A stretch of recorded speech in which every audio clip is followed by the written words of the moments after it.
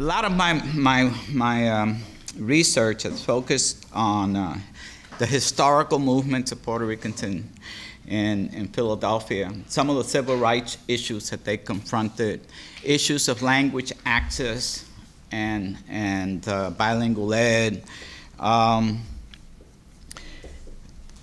if I put it all together, there was one article that I think most of you probably came across by Doreen Carvajal. I think it was like a 6 or 7 page profile in the Philadelphia Inquirer in 1980. And it was called Puerto Ricans Caught Between Two Worlds, which to me kind of captured a lot of the things that we're talking about, right? It raises a variety of issues for me, right? It raises the ongoing dilemma facing Puerto Ricans as they try to be part of a country that, according to some, is supposed to be theirs, while striving to keep their connections, culturally and otherwise, with their island nation. These connections and influences are manifested in their everyday life. So I'm envisioning stories of language access, the role of Puerto Rican artistic and cultural expressions, the emergence of neighborhood leadership over time, the emergence of institutions, service and otherwise, and the key historical phases of Puerto Rican neighborhood settlements, which is the thing I really ignited my mind when I went to Ariel's tour. There's an underlying theme, and we spoke to it before, having to do with the difference between immigration and migrants. For me, it's basically integration versus assimilation, which is the question, right? What does the experience of Puerto Ricans in Philadelphia tell us about their integration into the local society?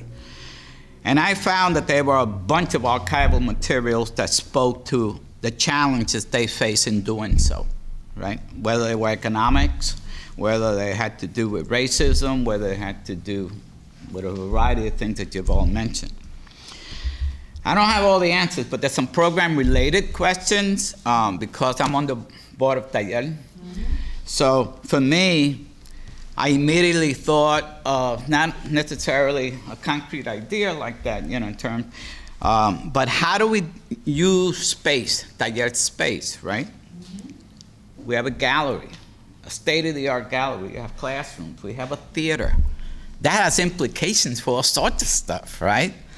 To produce public exhibits, productions that provide, I guess, a creative overview.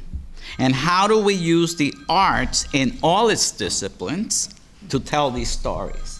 And you mentioned one about the museum online and things of that nature, right?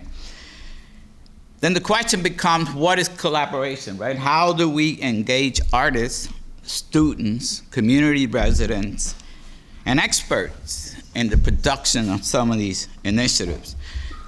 Like I mentioned before, one of them, just concretely as examples, I thought of a wall of key events that would take up the whole gallery, right? Wall murals, right? Interactive maps and photos from the archives of specific eras of Puerto Rican inner city neighborhoods. And that, I think, got shaped by Betty's work with the quilts. I kept thinking about that. So I naturally said, hey, that sounds like a great idea. Why don't we come up with a collaborative quilts project, right? I mean, engaging artists and historians, right? Then, I don't know, I got up this morning and I was looking around because this had me, I'm confused. And I looked at that piece, Carmen, that we did for the 25th anniversary of Taller. And there was one thing that some artists, it was called 25 Prints.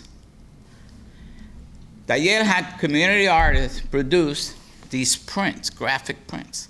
And each print kind of reflected the views and experience of that artist during a particular time.